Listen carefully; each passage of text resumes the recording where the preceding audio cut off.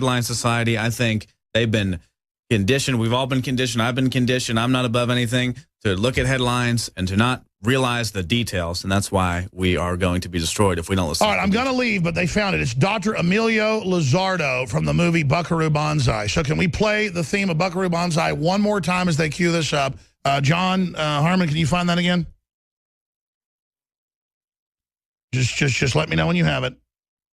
This is why I quit doing the fourth hour.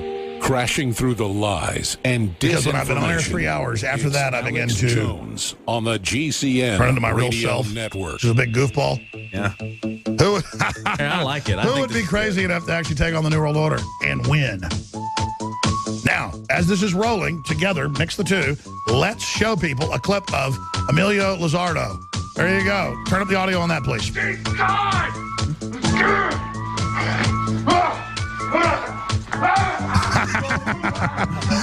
Can you guys pull up Emilio Lizardo, Buckaroo Banzai? I know that clip will be one of the first ones on YouTube, and then show that with his hair all sticking out. He's like, the overthruster. I mean, that's what these Democrat supporters are like. It's like they've been possessed. Did you see all the interviews Leanne did? She couldn't find any Democrat supporters that weren't deranged loons.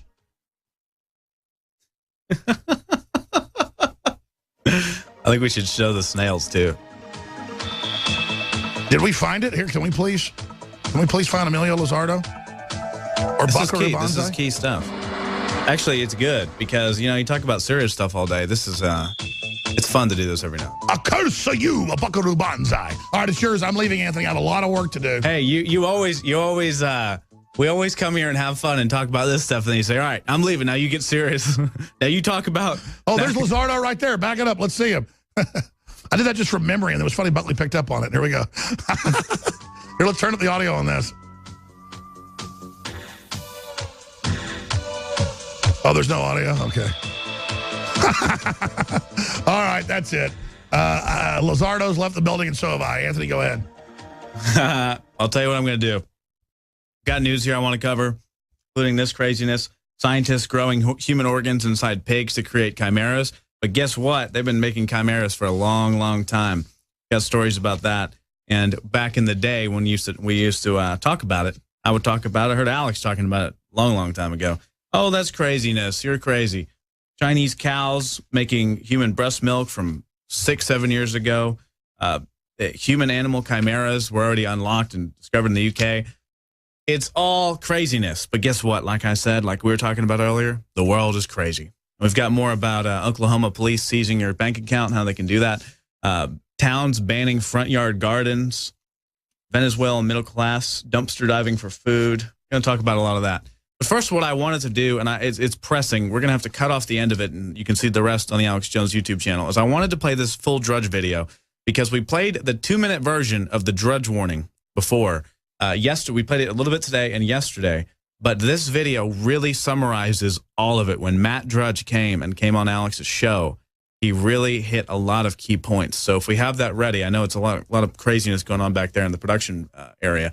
I would like to play Matt Drudge's warning to America.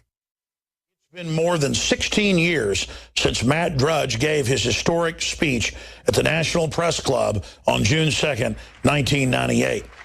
At that time, he said that the mainstream media would go bankrupt, that individual bloggers and researchers on the internet were just as important as the New York Times.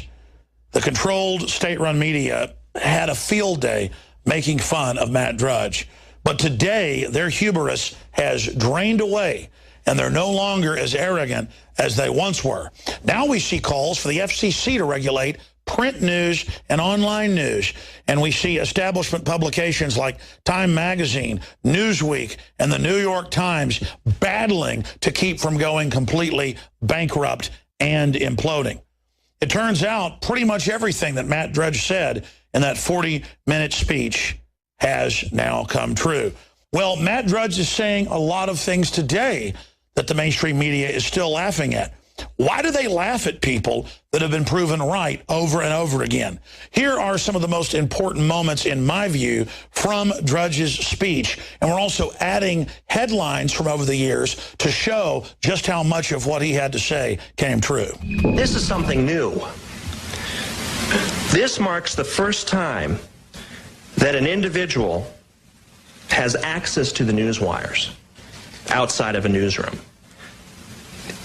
You get to read all the news from the Associated Press, UPI, Reuters, to the Marocain agency French press and the Chinois.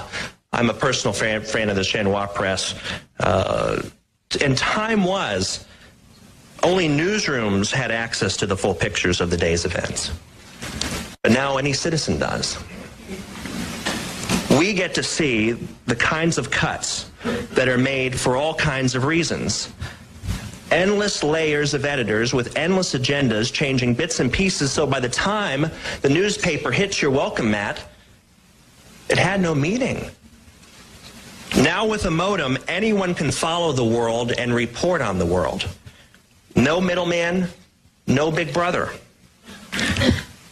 And I guess this changes everything. More than 10 years after breaking the Clinton Lewinsky story, Matt Drudge remains more powerful than ever with his website, thedrudgereport.com. Matt Drudge is a legend on the internet. Every journalist and politician in America reads his website on a daily basis.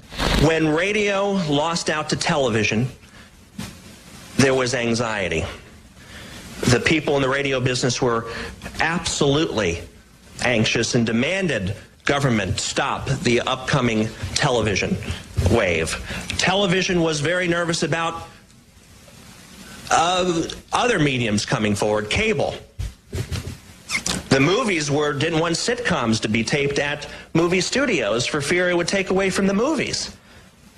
No, television saved the movies. The internet is going to save the news business. I envision a future where there'll be 300 million reporters, where anyone from anywhere can report for any reason. It's freedom of participation absolutely realized. The First Lady of the United States recently addressed concerns about internet during a cyberspatial Millennium Project press conference just weeks after Lewinsky broke. She said, we're all going to have to rethink how we deal with the internet. As exciting as these new developments are, there are a number of serious issues without any kind of editing function or gatekeeping function. I wonder who she was referring to. Mrs. Clinton continued, anytime an individual leaps so far ahead of that balance and throws a system, whatever it might be, political, economic, technological, out of balance, you got a problem. It can lead to all kinds of bad outcomes, which we have seen historically. We are in an information war, and we are losing that war. Would she have said the same thing about Ben Franklin, or Thomas Edison, or Henry Ford, or Einstein? They all leapt so far ahead out that they shook the balance? No, I say to these people, faster, not slower. Create. Let your mind flow. Let the imagination take over. And if technology has finally caught up with individual liberty, why would anyone who loves freedom want to rethink that? If you're an undersecretary at the Energy Department and you're doing an interview and you say one thing, you could end up being on the front page of Drudge. Anyone saying anything can get caught up in the spin cycle in a way that is very damaging. It hurts what we're trying to do on a daily basis, but also is very damaging to that individual person. And we cannot hide our bad news stories. Bad news gets out one way or the other, and we must come to terms with telling the bad stories as well as the good. When bad things happen, the American people should hear it from us, not as a scoop on the Drudge Report. The editor of Civilization magazine, Adam Goodhart, wrote a great op-ed in the New York Times talking about, is this really something new? This type of fast reporting, this competitive, very competitive. I'm part of the headline generation. He maintains it was a going back to our foundations when the press was found in quite a different atmosphere, when the press would report that the president's mother was a common prostitute brought over by the British Army. Imagine if someone did that now. we have a great tradition of freedom of the press in this country, unpopular press. If the First Lady is concerned about this internet cycle, what would she have done during the heyday when there was 12, 13 editions of a paper in one day? What would she have done with that news cycle?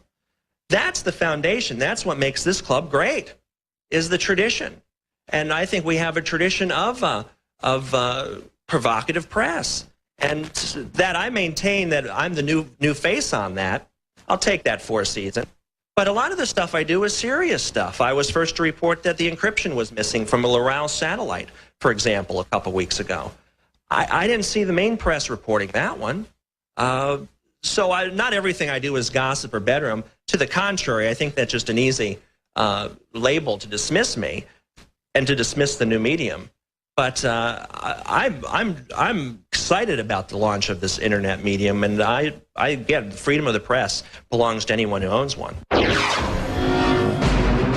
Tonight, the Drudge Report and InfoWars are once again in the crosshairs as the U.S. government seeks to regulate conservative media via election laws. Jones is the wildly popular conspiracy theorist whose stories often make their way from his website InfoWars, where on any day you can find headlines about vaccines, mass fluoridation, and the 9/11 cover-up, into the so-called mainstream GOP establishment. Alex Jones was a champion of Cliven Bundy from the very beginning. Because he's saying he'll do whatever he has to not be, have his grazing rights stolen by these pirates. Drudge elevated the story, and it made its way onto Fox News' airwaves. Next thing you know, so-called mainstream Republicans are calling people like this patriots.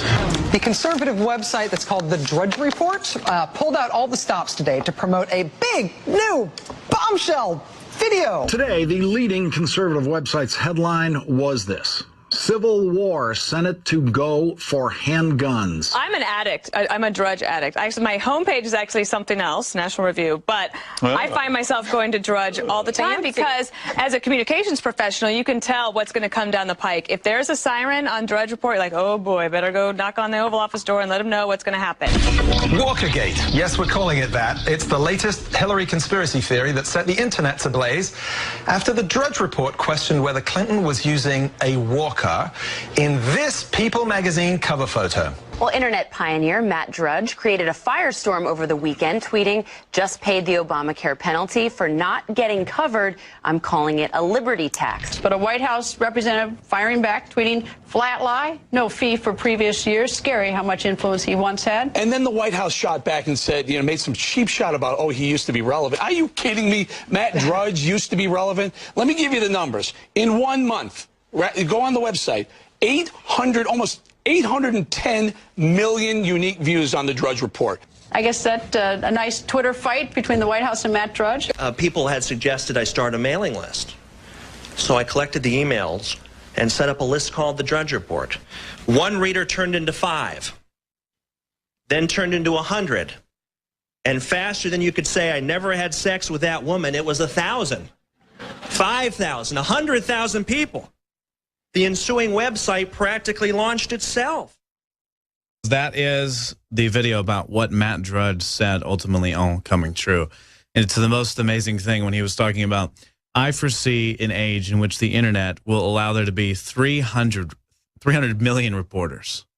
300 million reporters. And it ties in to this idea I wanted to talk about today. And of course, there's so much news that we didn't get to cover. I'm going to try and cover some of it. But the idea that we live in what I call a standardized test society. Because you see, you're only given options. Or you could also call it an A, B, C, or D society. What I mean by that is from childhood, we're put into the school system where we're given tests. And these tests are standardized. They grade us and our value and our worth and our intelligence based on A, B, C, or D. Sometimes you might be able to write in your own answer, right? But the big ones, the SATs, all these big grand tests, the standardized tests from the states, from the system, right? It's all A, B, C, or D. And we've been accustomed to this idea that we can either choose A, B, C, or D. We have to watch either Fox News, MSNBC, whatever you want to watch, as long as it's mainstream media.